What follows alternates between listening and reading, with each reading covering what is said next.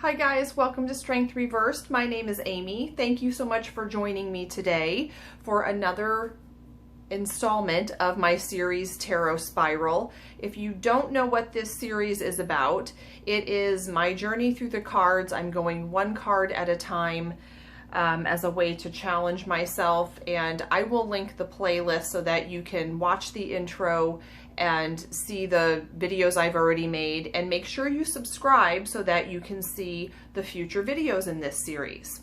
Today is card number 4, the Emperor.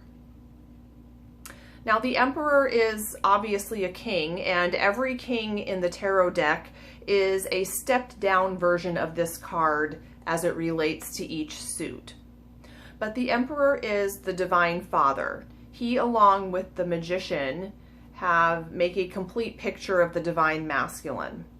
So the Emperor is a leader.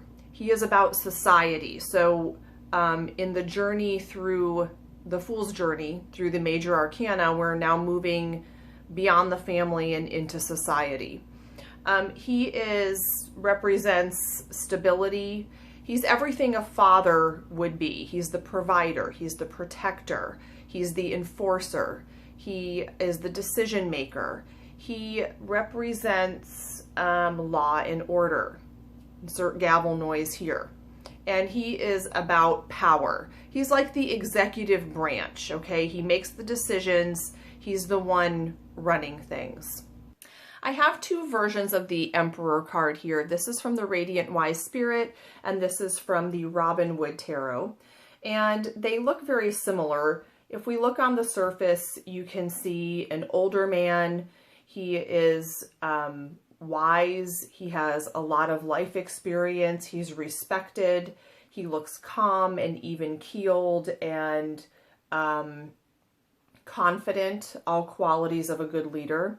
And they also share many symbols. The Emperor card is in the astrological sign Aries. Of course, Aries is symbolized by the ram, but also it symbolizes the god Aries and the Egyptian god Amun-Ra, which among other things can symbolize war, which is just one aspect of this card. The Emperor is card number 4, and you can see he is sitting in basically a cube. He's sitting in a stone throne. It's very stable, it's very secure, and the number 4 is a very powerful, stable number, and this represents foundation. A square has 4 sides, and it's something that doesn't roll. It doesn't move a lot. It's just there, and it's dependable, and it's not going anywhere. There is a tiny bit of water on this card, not as much as the river of life that flows from the Empress and her throne, but he is not overcome with emotion. So he is very level-headed.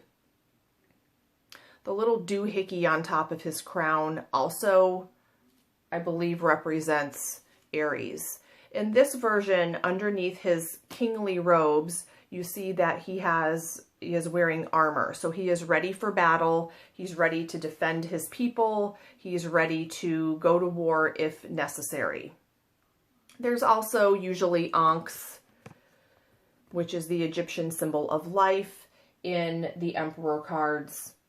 And sometimes, this is Tarot of the Weird. This is called the Father. The Emperor is the Divine Father, but there's also a stag, which can represent the Divine Masculine. The Emperor and the Empress are not related in the same way that the Magician and High Priestess are related, where the Magician and High Priestess are dualities that occur in everyone, and they're almost mirror images of each other.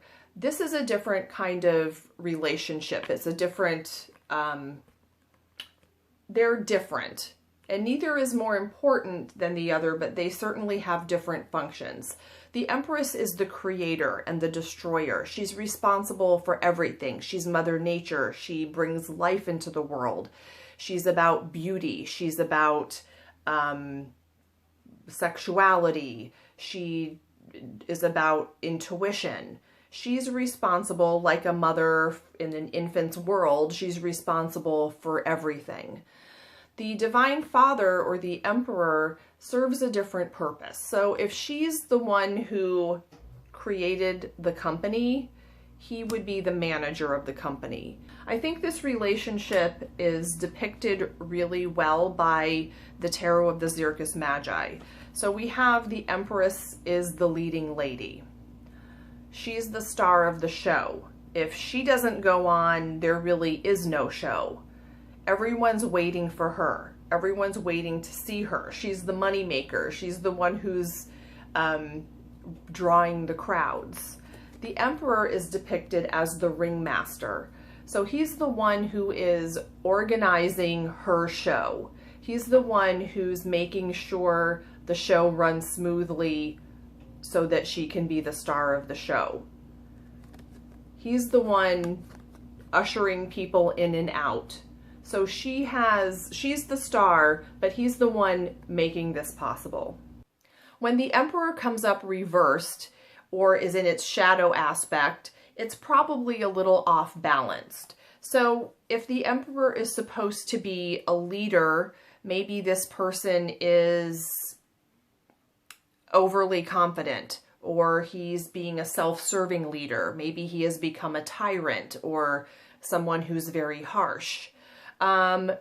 Maybe if he's supposed to be a decision maker, he has become very self-serving, or on the other side, maybe he is indecisive. If he represents power, perhaps in the shadow aspect, he could be becoming a dictator, or maybe he is weak in the sense that he's wimpy, or in the sense that he's all hat, no cattle. Maybe he's becoming a little bit too fatherly. His subjects, after all, are not children and might not need parenting. Maybe instead of being worldly and wise, he's immature and inexperienced. This card is the Emperor from the Japarides or Japaridze Tarot, and it is called War. And it's interesting that this Emperor card was depicted as this one particular shadow aspect of the Emperor, where it has descended into war. This might not always be a shadow, because the Emperor is willing to fight to protect what is dear to him. When this card comes up in a reading representing either an aspect of society or another person, we might ask ourselves how much authority that company or business or government or agency or person has in our lives. How much authority do they have, and what kind of power are we giving them over us? Are they helping us? Are they protecting us? Or are they being very controlling? And also, who are this person's advisors? If this comes up as us, we might have to ask ourselves whether we're being a leader or whether we're being controlling. Are we the boss, or are we just being bossy? Are we being helpful, or are we butting in? And where is our power coming from? Well, I think that's all I have to say about the Emperor right now. Make sure you like, please, and subscribe if you're so inclined. And the next time, I think I'm going to move on to the Hierophant, because he is related, sort of, kinda. Okay. Thanks so much, you guys, for watching, and I will see you next time.